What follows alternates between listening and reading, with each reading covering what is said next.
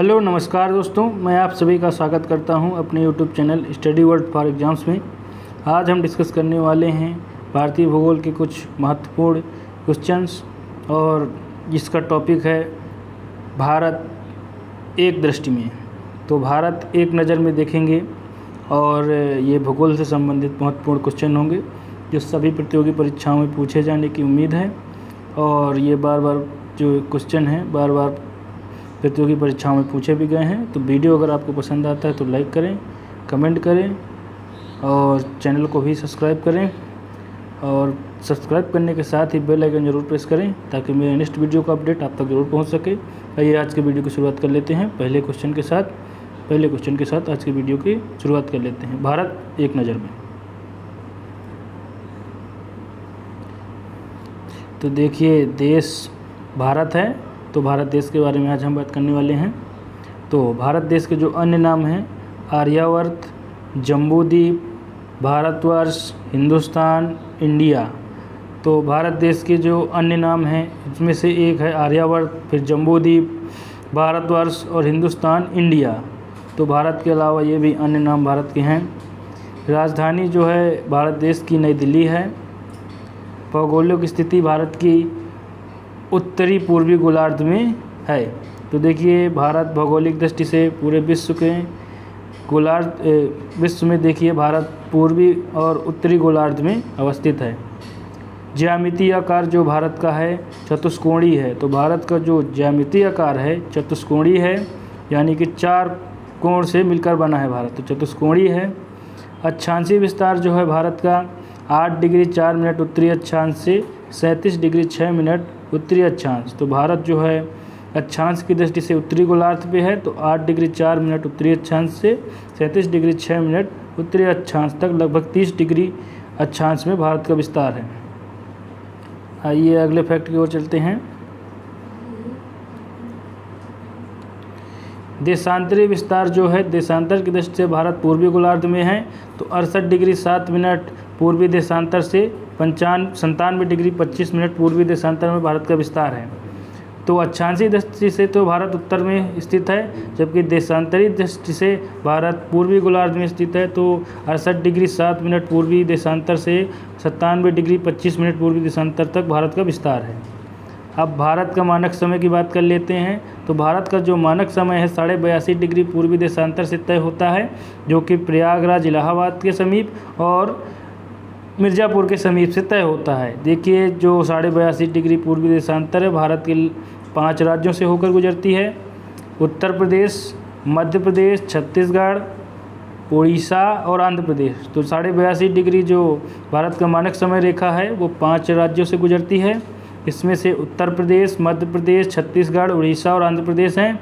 और ग्रीनविच माध्य समय से भारत का समय 5.5 घंटा आगे है, क्योंकि जब भी ग्रीनविच माध्य समय से पूर्वी ओर चलते हैं तो हर एक डिग्री पे 4 मिनट का समय बढ़ता जाता है। तो इस प्रकार 82.5 डिग्री से आप 4 मिनट को गुणा कर लीजिए तो 5 घंटे 30 मिनट ही आएगा। तो भारत देखिए ग्रीनविच माध्य समय रेखा के जो है पूर्व दिशा में है, इसलिए भारत का समय ग्रीनविच माध्य रेखा से 5.5 घंटा आगे है। आइए अगले फैक्ट को देख लेते हैं। भौगोलिक विस्तार जो हो भारत का कैसा है, तो लंबाई, ये देखिए बार बार पूछा जाता है भारत की लंबाई कितनी है उत्तर से दक्षिण तक। तो भारत उत्तर से दक्षिण तक जो है 3214 किलोमीटर में फैला हुआ है। जबकि चौड़ाई की बात की जाए भारत की, तो पूर्व से पश्चिम दिशा में भारत की चौड़ाई जो है 2933 किलोमीटर में फैला हुआ है। तो भारत का भौगोलिक विस्तार देखिए, भारत की लंबाई उत्तर से दक्षिण दिशा तक 3214 किलोमीटर है, जबकि चौड़ाई पूर्व से पश्चिम दिशा की ओर 2933 किलोमीटर है। यही भारत का भौगोलिक विस्तार है। अगले फैक्ट की ओर आ जाते हैं। स्थलीय सीमा जो है भारत की 15,106.7 किलोमीटर की है। तो भारत की जो है स्थलीय सीमा कितनी है, तो 15,106.7 किलोमीटर है, जबकि भारत की जलीय सीमा जो है 7516.6 किलोमीटर है। तो जलीय सीमा ये 15,106.7 किलोमीटर, जबकि जलीय सीमा जो है 7516.6 किलोमीटर है। और अगले फैक्ट को देख लेते हैं। प्रादेशिक सीमा यानी कि भारत की प्रादेशिक जल सीमा, ये समुद्र से संबंधित है। तो भारत की प्रादेशिक जल सीमा जो है समुद्र तट से 12 समुद्री मील तक है। तो भारत की जो प्रादेशिक सीमा है समुद्र तट से 12 समुद्री मील तक है। संलग्न क्षेत्र जो है प्रादेशिक जल सीमा जो है उससे आगे 24 समुद्री मील तक है। तो देखिए भारत की जो प्रादेशिक सीमा है वो 12 समुद्री मील तक है और जो संलग्न क्षेत्र है भारत का तो प्रादेशिक जल सीमा से आगे 24 समुद्री मील तक है। आइए अगले फैक्ट को देख लेते हैं। अनन्य आर्थिक क्षेत्र जो है भारत का, जो भारत के संलग्न क्षेत्र है उसके आगे 200 समुद्री मील तक भारत का अनन्य आर्थिक क्षेत्र है। तो भारत का अनन्य आर्थिक क्षेत्र जो है संलग्न क्षेत्र से 200 समुद्री मील तक आगे है। देखिए समुद्री मील जो होता है, एक समुद्री मील 1.8 किलोमीटर के बराबर होता है। ठीक है, अब जलवायु देख लेते हैं भारत की कैसी है। तो भारत की जलवायु भारत एक मानसूनी जलवायु वाला देश है। तो भारत की जलवायु मानसूनी है।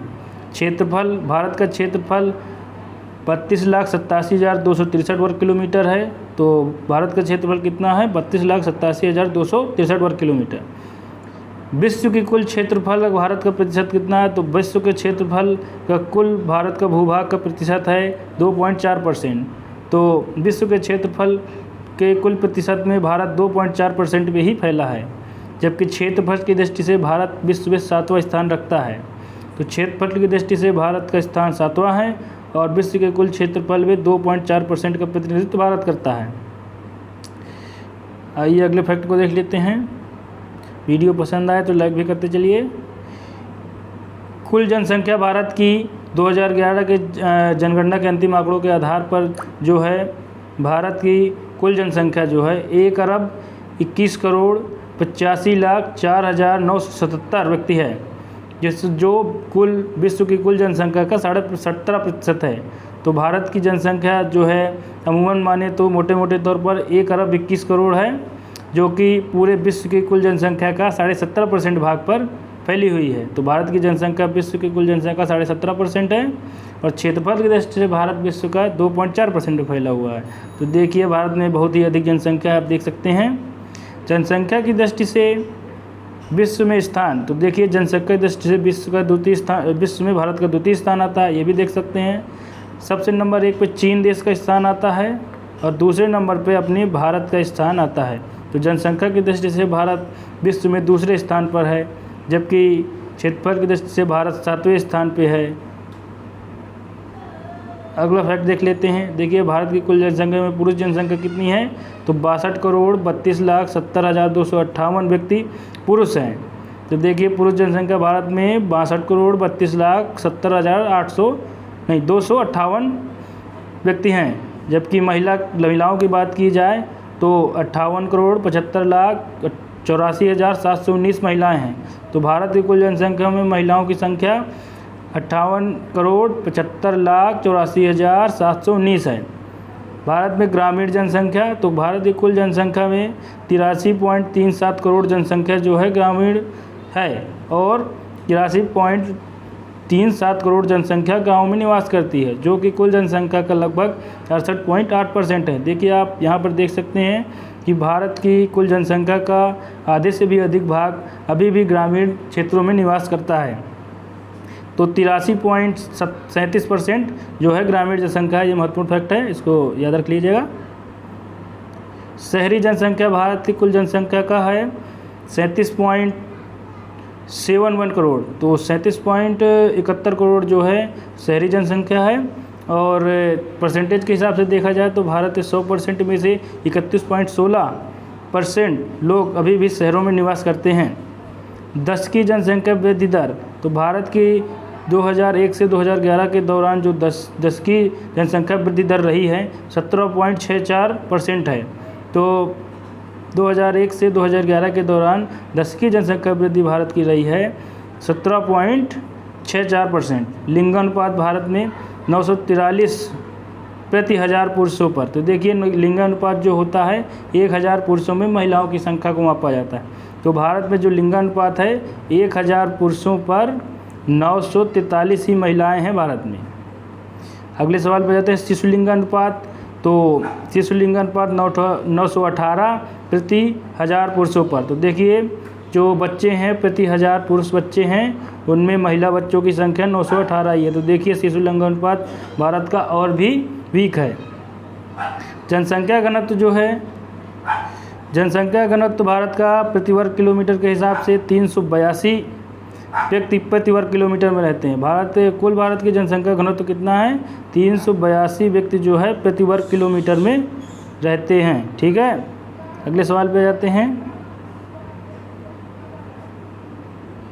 वीडियो पसंद आए तो लाइक करते चलिए, शेयर कीजिए अपने दोस्तों के साथ और चैनल को भी सब्सक्राइब कीजिए।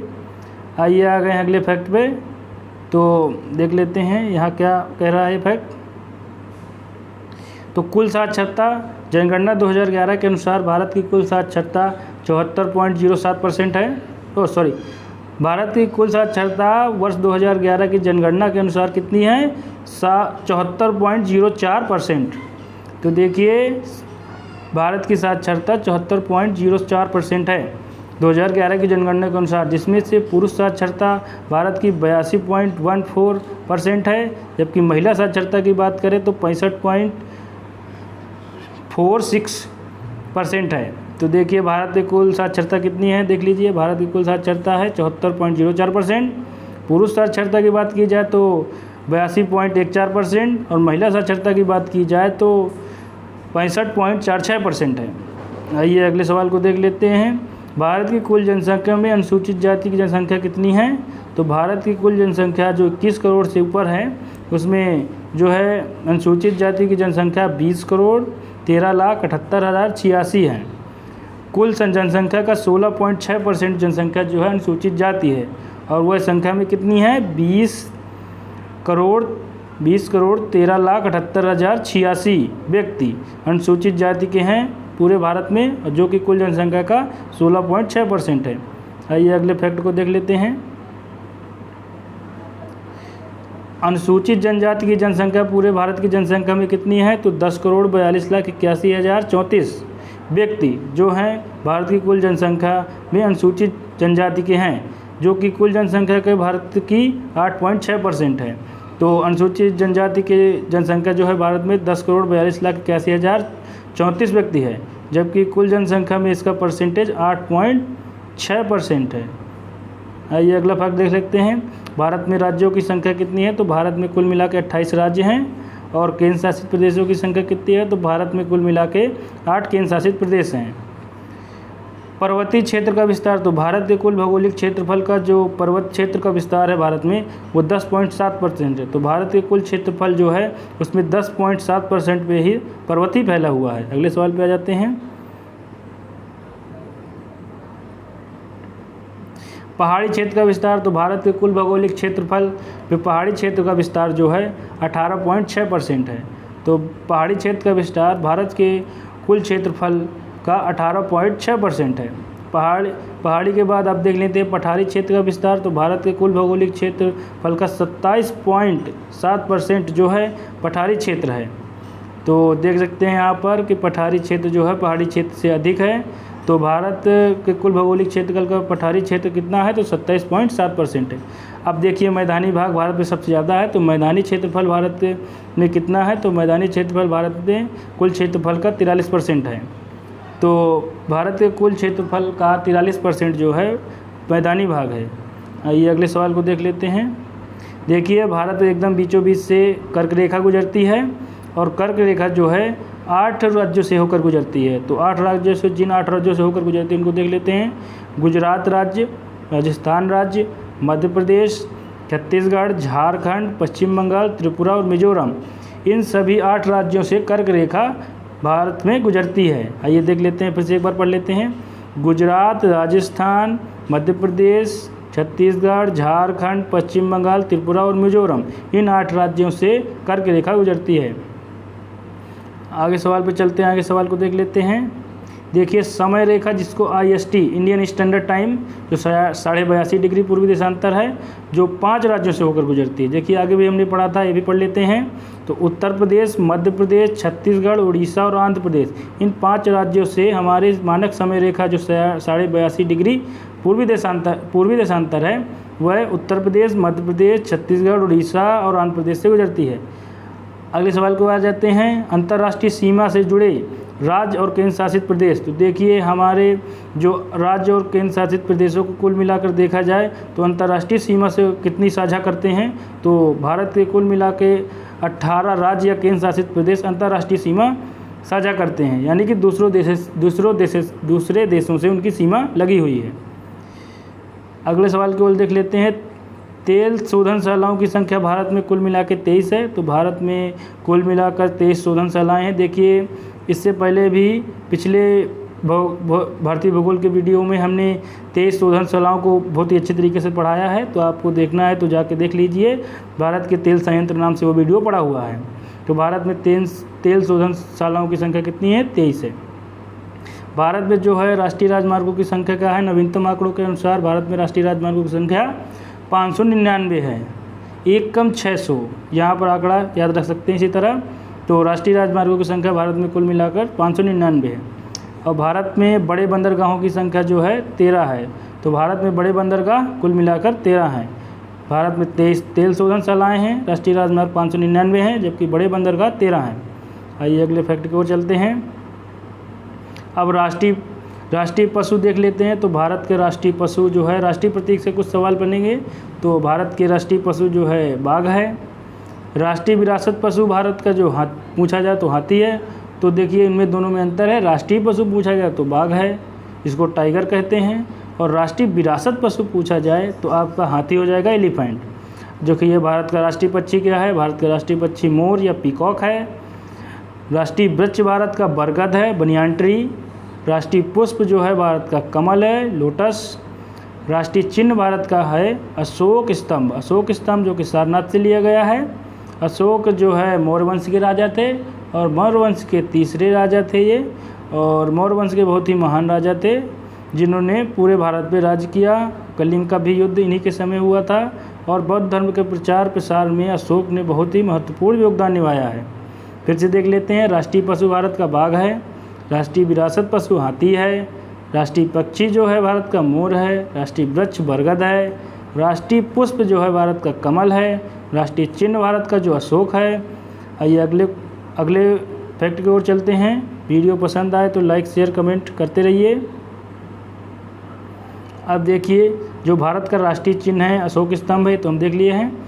राष्ट्रीय गान जो है भारत का जनगण मन है। तो भारत का राष्ट्रीय गान जनगण मन जो है रविन्द्रनाथ टैगोर द्वारा लिखा गया है, और भारत का राष्ट्रीय गान जनगण मन है। भारत का राष्ट्रीय गीत जो है वंदे मातरम है, जो बंकिम चंद्र चटर्जी द्वारा लिखा गया है। और सन्यासी विद्रोह में यह जो वंदे मातरम है बहुत ही महत्वपूर्ण भूमिका निभाई इस गीत ने। तो आनंद मठ जो है बंकिम चंद्र चटर्जी जी का एक लेख है जिसका नाम आनंद मठ है, उसी से लिया गया है वंदे मातरम। भारत का राष्ट्रीय गीत वंदे मातरम है। राजकीय भाषा भारत की हिंदी है। तो भारत की राजकीय भाषा राजकाज की भाषा जो है हिंदी है, और राष्ट्रीय लिपि भारत की देवनागरी है। तो देवनागरी लिपि में ही हिंदी को लिखा जाता है। तो भारत की राजकीय भाषा हिंदी है, जबकि राष्ट्रीय लिपि कहा जाए तो देवनागरी है। और राष्ट्रीय वाक्य भारत का आदर्श वाक्य या राष्ट्रीय वाक्य कहा जाए तो भारत का सत्यमेव जयते है, जो कि मुंडको उपनिषद से लिया गया है। तो भारत का राष्ट्रीय वाक्य जो सत्यमेव जयते हैं मुंडको उपनिषद से लिया गया है। आइए अगले सवाल की ओर चलते हैं। देखिए राष्ट्रीय ध्वज कहा जाए भारत का जो तिरंगा है। देखिए भारत का राष्ट्रीय ध्वज जो है 22 जुलाई 1947 को जो है अपनाया गया था। तो भारतीय राष्ट्रीय ध्वज का जो प्रारूप है 22 जुलाई 1947 को भारत देश में अपनाया गया था। और भारत की राष्ट्रीय नदी जो है गंगा है। तो भारत की राष्ट्रीय नदी गंगा है, और भारत की सबसे लंबी नदी भी है वो गंगा है, जो कि कुल मिलाकर 2525 किलोमीटर लंबी है।